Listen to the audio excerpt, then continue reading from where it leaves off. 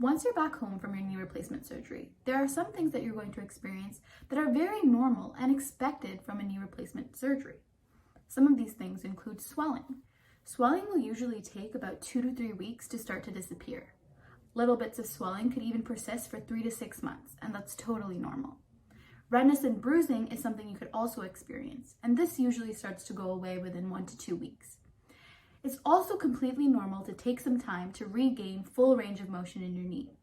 Knee extension, or being able to fully straighten out your knee, can normally take about 1 to 2 months. Knee flexion, or being able to bend your knee all the way, can also normally take about 3 months. You might also hear some clicking or popping sounds in your knee as you walk and move it around. This is also very normal and should disappear within a couple of months. Finally, you're going to experience some pain and just a heavy, weird feeling in your knee. And this is unfortunately quite normal as well. But the good news is this should also be something that drastically improves and gets better as time goes on.